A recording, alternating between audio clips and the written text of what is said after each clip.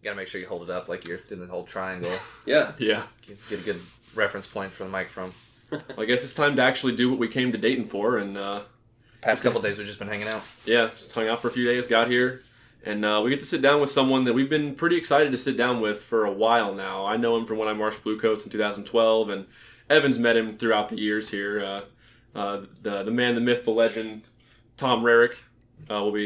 Let him introduce himself here in a second, but before we get started, welcome everyone to the Aged Out Podcast with Mike Fantini and Evan Worrell. And I guess let's just kick this thing off. We'll do what we usually do, and we'll just start with, we'll let Tom kind of give his background, like how he got started, his long history in the activity, and we'll just see where it goes.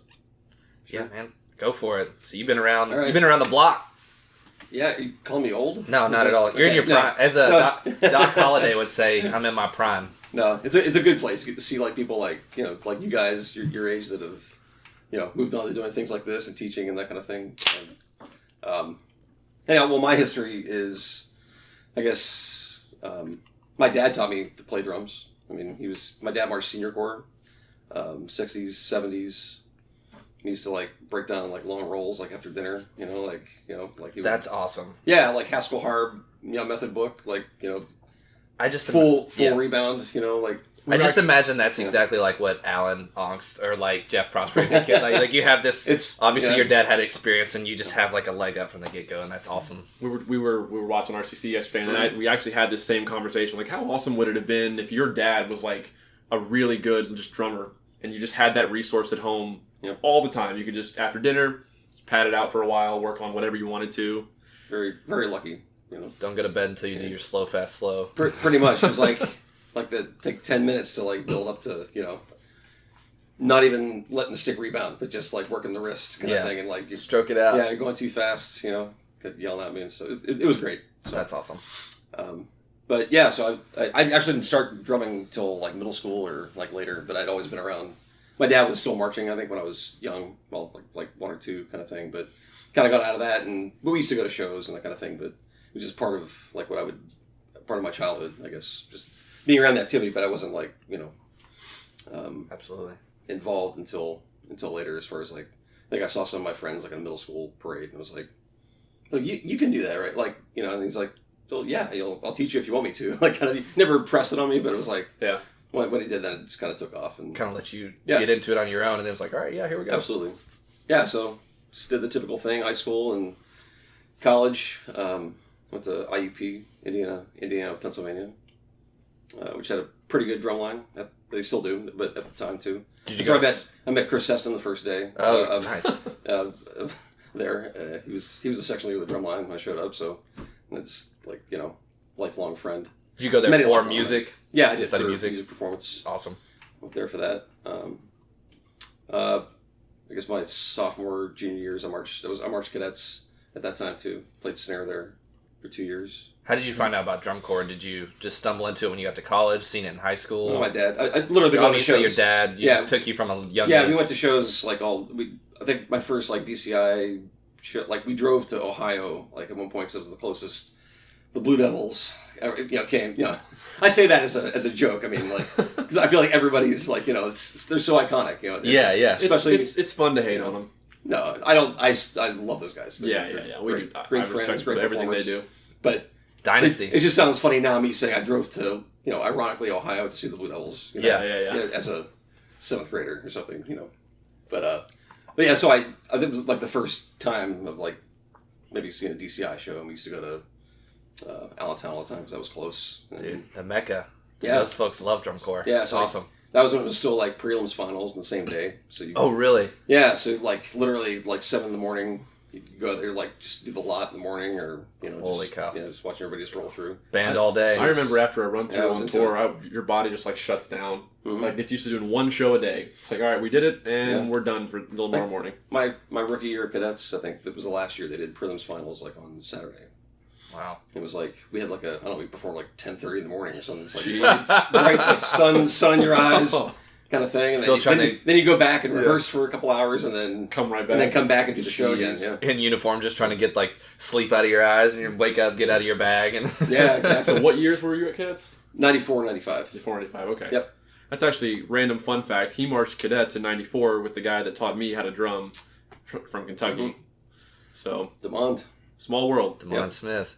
That's Yeah, great. I guess your musical family tree is like extension of ours because you marched with Demond and Eric Ward and all those guys that marched with the guys at Moorhead that taught me and Mike. So it's just kind of cool to pace it back, almost like you're doing a genealogy of drums. Oh, it's very, very cool. Yeah, no, Pretty much. those guys are great. Yeah, I marched next to Eric for two summers. What's your nickname for Eric Ward? Yoda. Yeah, drum I call Yoda. it I can see Yoda. it. I can Drum see it. Yoda. Yeah. Like, I guess because our drum instructor in high school obviously was really good friends with Eric. Mm-hmm. And at that time, I guess Eric and Jeff Queen were both real big kind of names, solo and ensemble performance, PASIC, this, that, DCI solo and ensemble. And our drum instructor in high school always referred to Eric as like Yoda. And Jeff Queen is like Darth Vader. Both like super powerful and like all knowing, but I don't know, Eric just kind of would fly under the radar and just like this super chill dude's like, yeah, what's up, man? No, he was intense though, man. Remember that? Yeah. Like, it was. I love marching next to him because like you could never be tempted to take a rep off too because he was just going hard. You know. Yeah. It was great. He wouldn't let you relax. Yep. He's got such big hands for a guy too, Eric Ward. But He does. Yeah. I've only met him once. I met him at Demond's wedding a couple summers ago for briefly. But I keep telling Demond he needs to get him. He's in Alabama now. He needs to get him Troy. to come to Louisville, and we'll do a podcast with him and Demond at the same Absolutely. time. Yeah, That'd be a lot of fun. yeah. So I Those guess guys are great. backtrack or retrack here. So you were at IUP, studying music, met Chris Heston, got in that game. Yeah, several other guys. I mean, it's been quite a history of people who have gone through IUP, I guess. Yeah. But yeah, so I met those guys. Certainly, you know, the band drum pretty well at the time. Actually, we had a graduate assistant who's now the director of percussion at Texas Christian. Brian West is his name, but he was a Blue Devil. Or marched in 89, 90, I think, or maybe just 90. But phenomenal drummer. He'd come from North Texas. And I was pretty totally like East Coast / like old school, like, you know, like could kind of like, I mean, my first like gigs performing like were with my dad, like things performing were with my dad in the Reading Buccaneers alumni corps. Like, so I was, nice. I was like 13 playing with like 50, 60-year-old guys. Such an interesting dynamic. Yeah, but like they used to do these indoor shows at in Harrisburg. Like it was called Serenade and Brass, but it was like this. It was always cool for me because it was like the first drum corps of the year. It was like April. They do it like around this time of the year. It'd be an indoor concert and basically like what they've been doing, you know, the camps, that kind of thing. The Bluecoats would come sometimes because there was kind of an association with that area at the time. Some of the service academies and sort of like senior corps, and then senior corps started having alumni corps, and my dad started taking me down like to rehearsals, and I was sitting there, and then I just started playing a little bit and like kind of learning stuff, and they were like, yeah, you want to perform? So I'm like, I was kind of a kid in that situation, but it was invaluable though. It was really You know where I'm going with this, Yeah, right? yeah, I know where you're going with this. You were literally sticks and the hands sticks guy. and hand kid. It's like, get in, you're in the next rep. pretty much. You were, you were that kid in the lot with Pretty his much. pad and sticks hanging out, and it Pretty- actually pretty- worked pretty out. They were much. like, Yeah. hey, get in much. here, we got a spot for Yeah. you. In today's time, it's the equivalent of the But- kid who like learns the YouTube licks and like Right. jumps in there. But I was learning triple Radamacues though. Oh you my know, gosh, and yeah. does like, you know, that kind of stuff. It's very cool, you know. It was a even different notation. It was a guy who taught was one of the teachers of my dad, like, or ran the drum line. My dad was in senior corps. John Flowers is his name. He's a phenomenal rudimental drummer from Pennsylvania. But he was just so kind to me. He was always just giving me he'd always have new stuff, new drums, new sticks. Like when Stingray drums came out, like, you know, think what you want about those, but like I don't even know what those are. they're like the fiberglass kind of drums, okay. like a precursor to some of those things. But just always have just very passionate about new things, and would always just be like kind of giving me stuff and showing me stuff, and you know his like music writing and notation was different, and just I don't know, it was cool exposure to all that stuff. Yeah, that's awesome. From different school. People that are Things. so important just for kids to keep them engaged and keep them like fiery and hungry to new stuff and That's half hip the and game up when to you're date. working with young kids. Yep. Just keep I them. totally forgot about that being in the senior corps alumni. Yeah, That's funny. Yeah. So after you marched cadets while you were at IUP, I guess. I did, yep. And then you got into staff with cadets, is that right?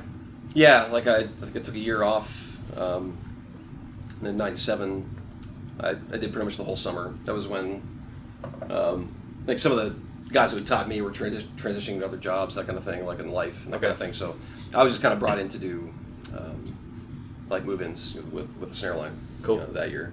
It was me and like John Burbank and a couple of guys I had marched with, Joe Reichert, guys that were younger guys. It was a blast doing that. I was supposed to do the whole summer, but then, well, I did end up doing the whole summer, but with the snare line. But then I think they had a need like for the pit staff basically when Willie Higgins, who was the snare tech at the time, and my snare tech, awesome teacher, still probably the best teacher I've ever had with anything. But when he got there, he kind of takes over the show. I'm just kind of I'm spraying dots and help him run the Dr. Beat stuff. But I got the opportunity to like help with the front a little bit too because I was interested in that stuff, but I really had no experience. So it was a really cool summer. I would kind of do whatever was needed with the snare line or the battery that way, and then when they didn't need me, I was kind of a swing guy. I'd go with the pit, utility player. Yeah. So those guys were really kind and like allowed me to do all that different stuff. It was really cool. That's awesome. Yeah. Really just get your hand in the game from the Absolutely. opposite side of things. Yeah. So I did that, and then I did a little bit in '98, I think, like a week or two. But after that summer '97, I actually auditioned during that summer for the Air Force job and got that. So like right in September after finals, I went to basic training after that. So yeah. Skirt. Change directions a little bit. Drums. A little bit, yeah. But still in, obviously, with the Marine band, or the Air Force band, my apologies. Staying in the music scene and obviously a huge network, I guess, there and opportunity. Sure. So how long, or how did you get back into from I guess the Air Force band back into teaching and working with drum corps again? Well, there's another guy from Central Pennsylvania called, his name's Dan DeLong. He marched Crossman back in the day, ran a senior corps, the West Shoremen, who they're very much in that Crossman kind of vibe, but they're very, very good, and like mid-90s kind of thing. He got the gig when Bluecoats kind of had a change in management or kind of brought back some people from the past who had been successful that way, but he was part of that kind of new wave in 2000 that came back to kind of get things, going again. So he took over the drum line that year. He gave me a call, or I think he actually made a call to Chris Heston at the time.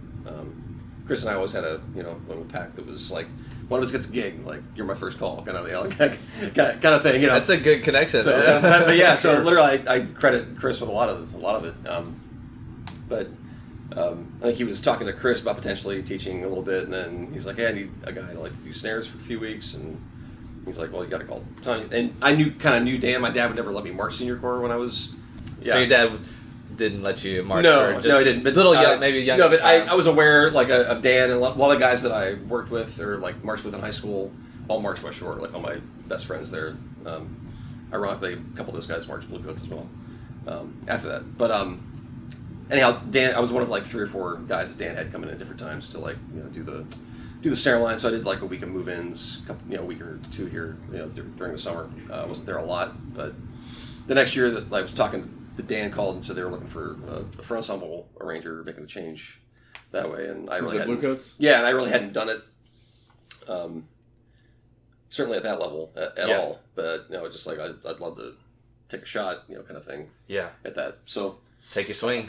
So yeah, so that worked out as far as like, and it just so happened that same year is when we switched to Innovative Percussion for sticks and mallets and. They were bringing Eric Johnson in as a consultant, so it was like... Who was the captain head of Bluecoats back then? Dan DeLong. Okay. I think that was still when like a ranger captain head was like the same job, or like commonly the same job, I guess. Yeah. So I'm not sure... The title. Yeah, like whoever, like battery manager or whatever, that kind of thing. But basically he ran the battery, I'm with you. That, or was responsible for the percussion. But Eric Johnson from, you guys are aware of him, obviously. So... It's pretty much the best like tutor that anybody could ever have, like for like front ensemble, and just like he was so kind and like patient, told me everything everything he does exactly how he does it. Like not that I compare to that, I'm just but just to see the methodology and the process and of somebody who's that successful and that game changing in terms of like everybody's still trying to recreate that 2000 Cavaliers pit sound, right? I mean, pretty much. that's the reason everybody's vibes are on the outsides, right? Because we all try to make it look like that, make it sound like that, and the balance, so just all the things. Yeah, so the coordination. Yeah, so game changing. It was like having basketball lessons from Michael Jordan. Like that kind of thing. It's what it felt like at the time, and still does. So just very fortunate that way. So like literally to go to move-ins and like spend a week with Eric and just like work through every note of the book, and he's like, so what are you thinking there? Like, what do you, what's the reason behind this? What do you exactly? Yeah. Have you thought about this? Do you mind if I try this? It's like, of course not. Like, do what you. Yeah. So by all means, just extremely, extremely kind and extremely fortunate to be with somebody like him, and awesome to have your stuff kind of ripped apart and like in the process, and learn from it. That was so valuable. Yeah, obviously to be an open sponge and obviously very humble by the opportunity and the person, the mentor that you had. It goes a long way. Just soak it up and absolutely. Yeah. I didn't realize you'd been with the Bluecoats since 2002. Yeah. I thought it was like 2009 or somewhere. Actually, so I started teaching in 1. I've been designing since 2002, but first year there was 1. Crazy. Yeah. I did not know it'd been that long. Were you guys born yet? Yeah, I was 10. Yeah. You're 10. Okay. I was 10 when that happened. I was 12. Makes it feel a little bit better. So okay. Actually, I think our instructor Justin had tried out for Bluecoats in 01 or something. Or maybe it was 98. I can't remember. It was 98 the last time they didn't make finals. Because there was that. It was like a 99 was the year. 99. Okay, that was the it year. then. Yeah. Because he said he had run his drum corps career was weird. Not that we already interviewed him. I don't want to do too much detail. He did like Div 3 back when Div 3. Gotcha. And he marched Div 3 as a center somewhere, taught there before he aged out the next summer. Then for his age out, went auditioned at Bluecoats with some guys from that corps, and he showed up and they were like, hey, it was like whole staff change. First camp. They had no center, they had no section leader, and he had taught and been basically they walked up to him and said, hey, different day. Your hands work the best and you seem like a good head and shoulders. You want to tap for us? And he was like, and he's like, the next camp I came back and it was like completely different staff. So I was like, all right, no. And then after that camp, he was like, he could tell, he kind of could feel it out. He was like, this is not going to. So that was that before. Good. So he kind of that switch backed away from that at that point. But I think Ryan Kilgore was in the pit that year in '99. Oh my gosh, Ryan! I love Ryan. Yep. I got yelled at him many times on tour in 2012 from the box. Quit leaning into your direction changes. Yeah. All right. Yeah. Sweet. Yeah, he's a beast. So obviously you're into the pit arranging game now, and we're in the mid 2000s. Obviously, Bluecoats are having awesome success with like the Caravan and all that show. And yeah, it was great. So start really picking up and Mike McIntosh came in 2004, and that was cool to learn a ton from him in terms of like collaboration and his process, and that was a new level that way. So and then when he left in 08, that was another opportunity. Obviously, it was like before that I'd been doing a little bit of work with the Troopers when they came back out and wrote their whole like percussion score kind of thing. So I'd worked with a few people, and so it wasn't necessarily a goal to do. I've always been interested to write the whole book, but just the way that drum corps kind of usually functions, it wasn't set up that way, or like depending on your situation. But doesn't always happen. Kind of just presented itself, I guess, in that way. So, and I was excited about that. So obviously, the Bluecoats are like, had success with you already doing the one half. Just makes sense. Why not? Sure. Well, it's always you never know how it's going to work out. Well, hindsight's 20/20, I guess. But so it's one thing writing high school books and that kind of thing. It's another thing writing stuff that you guys are going to like pick apart during the summer. It's all good. I mean, we give credit when it's out there. What we try to do is it's not a criticism. We just call a spade pretty much. Absolutely. We don't care about the uniform you're wearing. We don't care who your instructors are, where they've marched. Doesn't matter. It's like if that was good, it was good. If it was bad, it was bad. Like I think everybody should be like that. Yeah, it's just. It's the only way to like keep your standard high and like obviously strive for excellence and perfection. I mean, that's the name of the game. Yep. That's what does. It'd never belittle what anybody's doing for sure. I mean, and to kind of go off that a little bit, who am I to do that? We saw you in the warm up lots at finals this year, and for a minute, and him and I walked around, took a bunch of videos, and saw people and watched all the different top 12 groups warm up. And I looked at him halfway through the afternoon, and I was like, "Do you feel like there's been a lessening of the attention to detail when it comes to playing from the batteries? Like there was more little stuff flying than I've probably ever experienced at a DCI final. I mean, I don't know, my ears were just turned on more that day for whatever, but it just seemed like everyone was just giving up way more stuff than groups usually give up, the top 12 at least. on finals day. Like it's just I think you weird. just have to take risks. You know? Yeah, I think true. that's what everybody feels like they're having to do these Yeah. days. I guess when I go around and watch and listen to pit books and battery books and like the demand that's there, it's like if you want to try to win, you have to like hope for the perfect storm of like we wrote our kids the most challenging thing and expect them to be able to do it, and that's what it kind of takes to win a championship. You take that gamble. It's like it's either going to pay off and we're going to achieve it and win, or we'll go back to the drawing board next year and see if we can do from there. Like I can see to break that ceiling to get into that, like to win that first drum trophy or win that first gold medal or whatever. I still definitely search.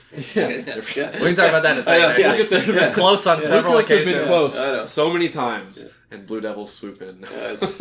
Hey, that's the way it works, man. Yeah. If it's supposed to happen, it'll happen. It'll happen eventually. I think Brett Kuhn It's told me happen. one of the things I always go back to, like as far as like writing or like thinking about competition or that, especially over the summer. He told me one time, like I think maybe when he was still with Cavaliers or he was consulting at Bluecoats one time. He's like, because they had won drums several times, Cavaliers, and he's like, he goes, whenever we were fortunate enough to win drums, I never tried to win drums. It just happened. Yeah. Just like it was like an honest byproduct of like. Doing the right things. Doing the right things, making great musical decisions that support the core, that support the overall show, the concept, the fulfilling something, to a great degree, and it just happens. It's just like an organic result of like trying to do the best that you can here. So I think you can really, when you... Oh, jeez. Ice cream. Yeah. All right, we'll edit that part out. Yeah. You can buzz him in, talk about this summer. Oh my god. Yeah. What was I going to say? Just organically trying to make everything happen. Oh, do the right things. Yeah, but it's about not trying to. You can see when you watch groups, like if it feels like contrived or feels, weird for the sake of weird, or just I don't know. Are they just only talking about winning, or are they only talking about like just being great? Sure. Trying to max out their product. Because I could definitely see if you're thinking about trying to win that drum trophy, you're going to put more pressure on yourselves to be perfect all the time. And a lot of times that's not what you want to do. You want to be as relaxed and loose as possible, and you don't want to be thinking about like, if you're afraid to mess up, you're going to mess up. Right. And if you're constantly thinking about like, oh, a drum trophy's in the line, holy crap, I have to be perfect, you're already dead in the water. Yeah. And it's just, you got to just forget about it pretty much. Like our friend Dan Shack, you ever met him? Mm-hmm. Yep. He was a center at Cavaliers in 2011 when they won that drum trophy, and he was like, yeah, we never really talked about it. Like we just kind of, Mac would come in, we'd do our thing, we'd try to get better every day, and then it just kind of happened at the end of the season. Right. So. Yep.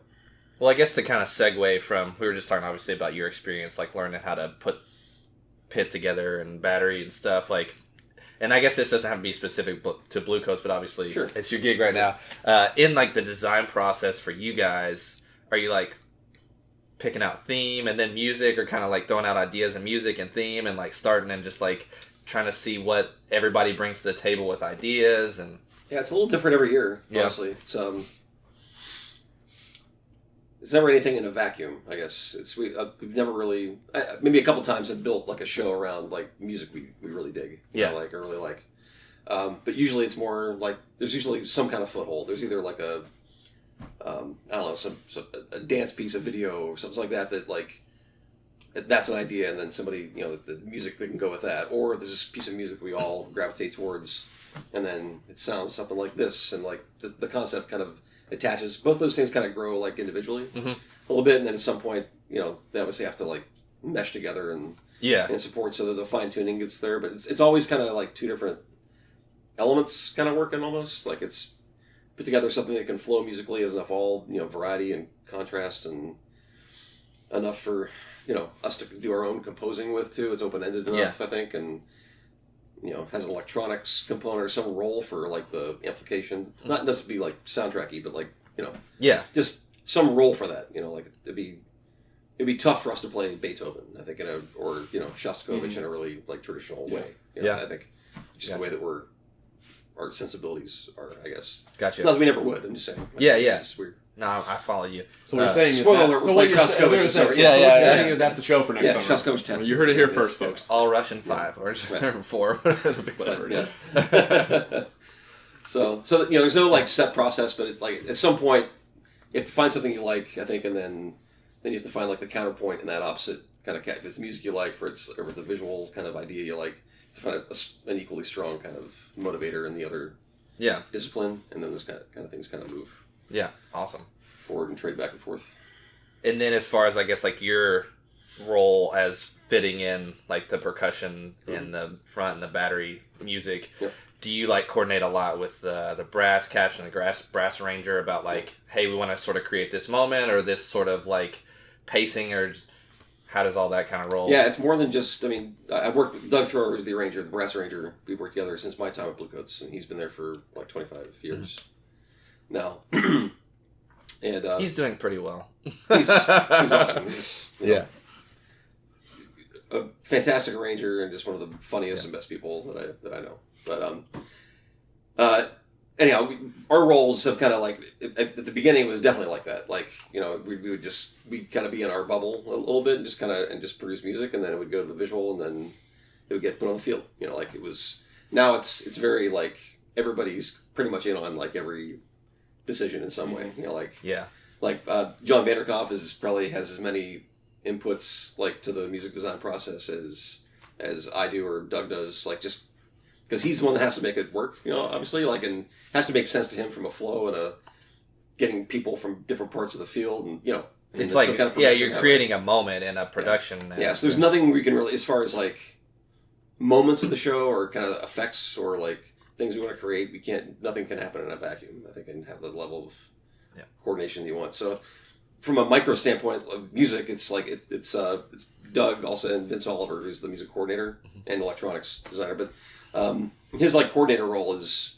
I guess we have probably a pretty unique, maybe not, but at least it is to me, kind of relationship. We all kind of usually are working in different parts of the show, and then we kind of like just kind of trade files a little bit, and like, you know, Vince will mess with something Doug did, Vince will mess with something I did with like in ad bars here, I'll do something with what Doug has done, and we somewhere along the line it kind of like, oh, we have camp this week, okay, here's our current version, you know, like it kind of comes together with all that, and then continues to evolve. But it's very I guess that's a very organic process too. It's communication, it's built, I think, on just kind of trust, and nobody like owns their stuff too harshly or too aggressively. Everybody understands, like, we're just trying to like throw as many ideas to see which is the best one. I just usually assume the thing that I feel best about in the show that I've worked on and spent the most time on is not going to be cut. You know, like, that way. Well, that was always the joke at Rhythm X when we were there. It's like Tim Fairbanks. Don't have a favorite part of the show. It'll get cut. It'll get cut at some point. Just don't get too attached. Yeah, it's not an original thought of my end. It's just like it's the way I get through this process. No, that's a good way to approach it, though, and to keep you from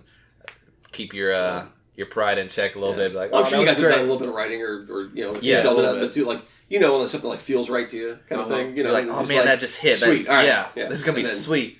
Yeah, invariably that's the thing that, you know, or that one little detail that only you care about, but it's really important to you, like in the arrangement. Yeah. I remember in 2010, for instance, like obviously copyrights are very big these days and have been for a while, but we learned all this stuff. I think it was Bernstein stuff that we just didn't end up getting the rights to, so we had learned like 2 or 3 charts. This is a Crown, right? Yeah, okay. It just ended up getting cut for the 2010 season. Like, we're not doing any of that. And so we're like, okay, here we go.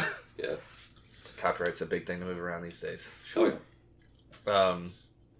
So obviously talking about arranging, talking about building stuff together, and you have a pretty big, I guess, collection of kids that also march Bluecoats that are filtered throughout WGI. Sure. It almost seems like a precursor for one or the other. I don't know which one comes first, the chicken or the egg. Hopefully they make each other better, but this is pretty exciting. I mean, this weekend. Obviously we're here in, I guess Bluecoats are a prime example of taking risks and kind of molding the two together of most lately, and at least in a visual representation. You're talking about molding the two together what? I don't know, visually, musically, electronically, okay. Uniforms, like that sort of production. Have you seen like how they're both just kind of like, or how do you feel the influx of WGI and DCI, DCI and WGI? Or you mean from a design or performance? Yeah, I mean, or both design and performance. You can certainly see it. I'm not sure it was like a conscious choice on like our end. I mean, that wasn't like the uniform wasn't my idea. Obviously, I mean, we were all on board for sure, but I'm not taking credit for it. Just to be clear, but you know, I think that was a big moment. I think for the activity, I guess, in terms of you it's okay to like not wear hats or Yeah. that kind of thing. Him and I have talked a ton. I'm a traditionalist. Like I love the military style, like toy soldier look. Like everyone's the same, and it's just to me, it's like one of the most like. Hey, I'm marching the cadets, man. I know. I wanted to be a cadet for my entire all my high school years. I remember sitting at that meeting when we first started seeing uniform things. I'm just and like, your heart kind of just went like I don't like. My first reaction is like, how do I tell a sternum member that he has to be a badass like in that uniform? Like, yeah, there's something to that. There really is. Right, but but then you do the math and you think about like what they're wearing, tonight. Exactly. I mean, and what you can garner from like seeing the face and they can move more naturally, like for sure, like how some of these groups for sure move, and you can make I think good choices about anything. And if they feel good and they're given the right kind of material. And I think like Bluecoats were the trailblazer in doing that uniform wise. I would disagree a little bit, but I'll let you finish your thought. All right, well, let me finish first. You correct me where I was wrong here, but. They were kind of the trailblazer, and then you saw a bunch of other groups the very next summer, like Vanguard did a similar type of uniform thing last summer, and then just a handful of groups I feel like BD, had that non-traditional. They shed their uniforms and stuff. Yeah, and I think you're Madison Scouts. In a lot of with a lot of things, like it just goes really far. Yeah, Scouts were the biggest example of it. Yeah. Like really far this direction now, but I think you're going to have it come back a little bit and meet in the middle. I don't know. I feel like it went a little far, and to me, Scouts might be an example of it going a little too far in that direction. Yeah. I don't know. I think it might pull back a little bit and meet somewhere in the middle where you'll have, if it's appropriate or fits what you're doing, it'll be utilized. You'll still have years where it's like, we're going to go traditional this year. We're going to have a Shako or a helmet or in the normal, I don't know. It's a decision every group has to make. Yeah. Some groups have, long traditions, and like some of their tradition is military, look, and what we think of as the old cadet kind of version. It's like a Yankee, like the Yankees baseball uniform. You're just like, oh my gosh, they're changing, but right. I wouldn't pretend to understand or like or suggest how other corps feel about it. I just know that I think there was an increasing frustration with being able to do the things they wanted to do with the body, and movement wise, you see more of the color guard and choreography and those elements permeating the brass and that kind of thing. And I mean, obviously, with color guard, sorry to cut you off there. There you go. Obviously, with the color guard, that's been like the norm. The norm of like we use the color guard to help drive the engine of the theme for this show, but now choreography within the brass and the drum line is becoming so much more prevalent, maybe somewhat due to WGI and stuff, that why not use that also to help drive the engine for immersing this football field into this production. Sure. And I think that we started to do that a little bit in 2010 at Crown when we switched to like the velour and then they do the sleeves and the drums, and everybody does the drum slips and stuff now to help just sync everything in. But yeah, absolutely. So kind of relaxed, more textured, more that things that were more modular for the show, the exact show that you were doing, rather than the guards are the only one that gets to portray the concept, and then you have to suspend your disbelief that they're just standing next to these random cadet style uniform. It's like a disconnect, like a West Point. Point. Yeah, it's like with ostrich feathers on their heads. Like what? Like what are we doing here? Like, why is that cool? Why is that cool? But then again, there wouldn't be Tiffany land around either, or Yeah. And this is to play off of that WGI bleeding into DCI kind of theme. I mentioned earlier, Evan and I thought in our opinions, the attention to detail on the playing side of things from drumline seemed lower than it has in past years, and that might have just been a weird year. It might have just been an off year, whatever. But I attributed a little to how much, and you have to perform. Performing is a big part of it. Emoting, all these kind of things, showing emotion. But at some point, like especially for any drummer, snare, bass, quad, whatever, it's so detail oriented. The more factors and variables you add in, like the clarity is gonna suffer at some point. Now, there's something to be said for if you practice that way all the time, but if your drum is moving a ton because you're like really emoting a bunch, I feel like that's where some of that might be coming from. And that's a bleed over from WGI. I feel like it's where that came from. Sure. I mean, do you think I think there's certainly that's part of it, or is it just there's a line there somewhere? Yeah, it has to be. It's like what's natural and what's overkill, overhype. I mean, there's always been, even when I was at Crown, and before, I guess it was Shako-less, and you were performing now in DCI like they do a lot in WGI. There were times where people were just like overhyping, so it's like finding, I guess, as an instructor and as a member, like who do you need to reel in and who can you let go and what do you have to do? It's also the demands, I think, too. Yeah. So, like literally with the material being asked to do. Yeah, that's true. I mean, judged a lot of drum lines this year, like, around the country, and like my most common like comment to like younger groups is like it feels like we're like the production stuff is all like it's elaborate. I mean, it's like the visual imprint on the floor and the how they move and like the risks they take that way, or it's cool, but there's a baseline of playing even at the lower levels too that seems to be dipping in some cases. Yeah. Right. And some of that's the addition of there's an effect visual judge. Well, it's like it's weird because it's like rising in some ways, but also like there's like a detriment in some places. But I think overall, when you look at the bottom end of WGI or DCI, the bottom and the middle are definitely coming way up because more kids are doing indoor drumline. They're drumming year round. They're always in front of tech staff or something. But then like sometimes maybe it's not as great some years at the top as it has been. So it's kind of... I'd agree with that. Yeah. They try to do too much, in my opinion. Like, they overwrite the level of players they have in the group. And I'm so happy... And they take the drum lines are too big. We're happy that RCC is kind of proving what we've been saying on our podcast all year, that less is more. In my opinion, RCC is clearly one of the top groups this year. They always are. And I'm extremely happy they're doing it with 7 snare drums. That's what I want to get at here. Like, him and I have talked it to death about you don't need to go 9. If you don't have the talent for the 9th guy or the 8th guy even in some cases, you can still do well. You don't have to be that full-size snare line. And it makes me very happy. I don't know if validated is the word you want to use, and it's just like they're doing it really well with 7 snare drums, and it's well, when you listen to them play, they don't seem like they don't have enough sound. Yeah, exactly. Yeah, sometimes it's either good or it's bad. So, on the lines of judging, do you think it's harder to compare? Obviously, you have the 2 sections: composition and then performance, which is I guess more of achievement. Do you think it's harder to compare comp or performance? It's more subjective in the composition side, because I think we're all, no matter how much we read the manual and understand the criteria the same way, we all bring our own like experience, and that's the reason I think that it's interesting. That's why we double panel. That's why we for these kind of shows.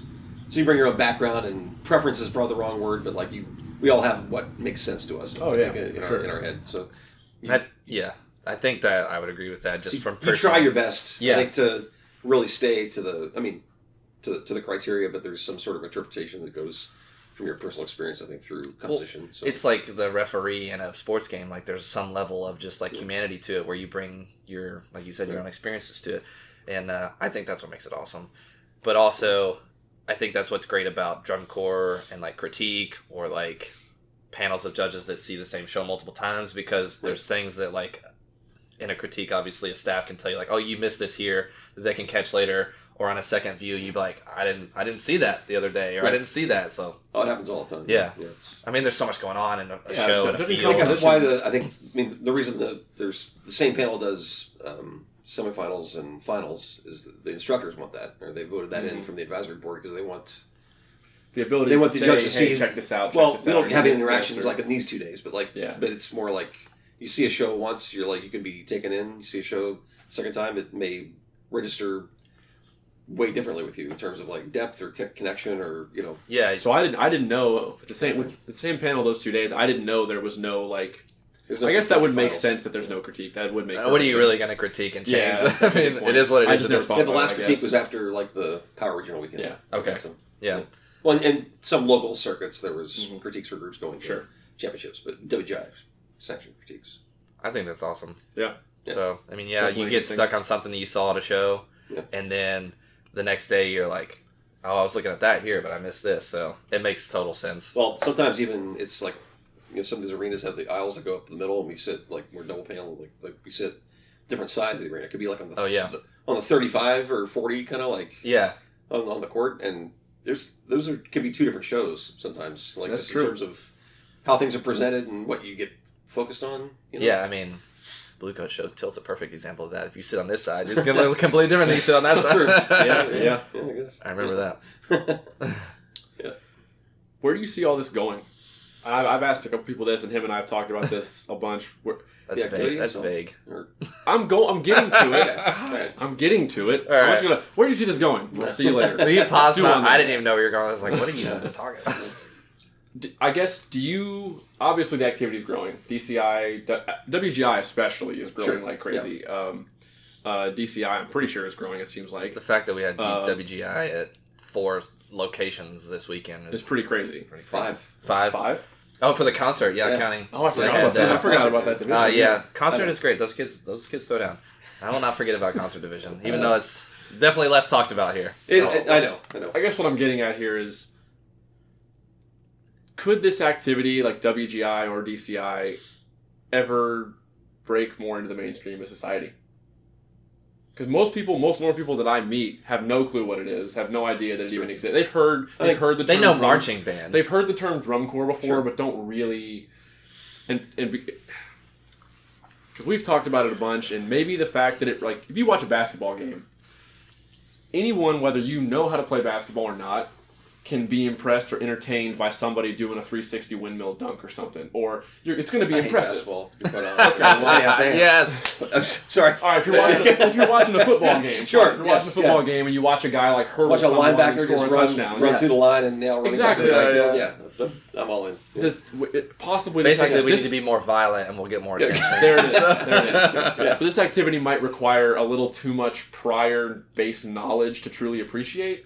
Because my parents came to all of this drumming stuff when I was doing it when I was younger, and they're like, most of the groups sounded the same. Like, they don't hear the clarity, they can't tell the difference. Like, they can hear that you play really wrong notes, but at the top level, like, very rarely do you hear keyboard players hit many wrong notes at that point. And it's, I don't know, I think that might hold it back. Have you ever given that much thought, or like, is that really a goal of the administrative boards of DCI? I don't know. and WGI? I think there's enough I think they're two separate activities, probably, like the drum corps model, and obviously they're two separate activities, but WGI is way different. I think WGI is more of certainly an international appeal, just there's been Indonesia, Thailand, like, just, a lot of the Asian market, I think it's really, it can go that way, I think, for sure, with a lot more involvement.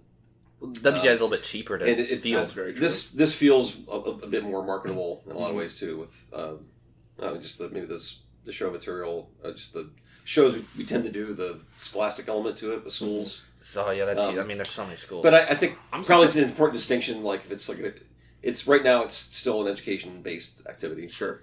And I think to do something you want to market and have it be profitable and in more of a mainstream sense, I think we have to make some decisions about how it's presented, maybe more artistic control over. That's fair. Things. I mean, because right now it's an activity for us, by us. We do it for each other. Yeah, pretty much. Yeah. We have our own little niche biodome here, of small network of we people. Control. We can do shows like that challenge the activity and reference the activity in certain ways and mean something because you have a history in it, and nobody's going to care about that if they're watching it on TNT. The casual person's not following the history of. Because I know Drum Corps had done that, was on ESPN a couple years in the early 2000s and stuff. And that got philosophical too. Like, they wanted, I think, at least my understanding of that is ESPN wanted more of a running score, like you would have like at a gymnastics event. So like basically, wow. Before judges tally the scores and boom, okay, the Bluecoats have gotten a 92 whatever. Let's see if they can. The next score can pull it out, or top that, and then I think they wanted a lot more critical, like the gymnastics example. You see somebody stumble or not nail a 2-foot landing or something. Something like that. Something that's on a strict point basis that you can knock off, but that's. Yeah, I can see that being tough. So it's kind of in conflict with the celebration of arts and music and young people and that kind of thing. I think it's more philosophical than anything. So that makes sense. So I think as the activity would try to get bigger, I think we were more exposed that way. I think you'd run into places where you have to make decisions like that, like what's important. Like the NCAA, sacrificing morality and ethics for the dollar. Exactly. So, I'm surprised more universities have it. Like, you have George Mason University. They're affiliated with the school, or are they just... They are. They are? Yeah, they're in my area, in DC. You have Tyler Junior College out of Texas, right? They're a group that's affiliated with the college, I think. And then RCC is they used to be deeply with Riverside Community. Are they still? They I assume they're using they the name, announced but them as RCC though. They never. Yeah. They used to say Riverside Community College, and now it's just You're right. RCC every time they announce them at a show. I know they have a Blue Devils Association, but I don't know if I don't know if Blue Devils Inc. kind of like absorbed RCC Maybe. kind of as a. It's all System Blue now. Yeah, right. Something like that. But good for them. They created their own corporation, pretty much. Basically, anytime you see drum lines or drummers in Hollywood movies or on stage with performers and stuff, it's usually somehow related to either if it's not a university, if it's not a college in the area, it's Blue Devils Inc. provided the drummers or whatever it was. Good for them. Yep. Yep. Well, big gulps, eh? Big gulps. Those skis yours, both of them. Dumb and Dumber reference there. I'll cut that out too. All right. Jim Carrey. Yeah. Okay. I always like to ask everybody. Sure. What's the funniest thing that's ever happened when you've been on tour? Whether as an instructor, whether it's been as a member when you've been marching. That's a tough one to come through. I know. Something might pop into his head. Ask everybody. That's like asking, what's your favorite movie? It's like, I have like 30 million favorite movies.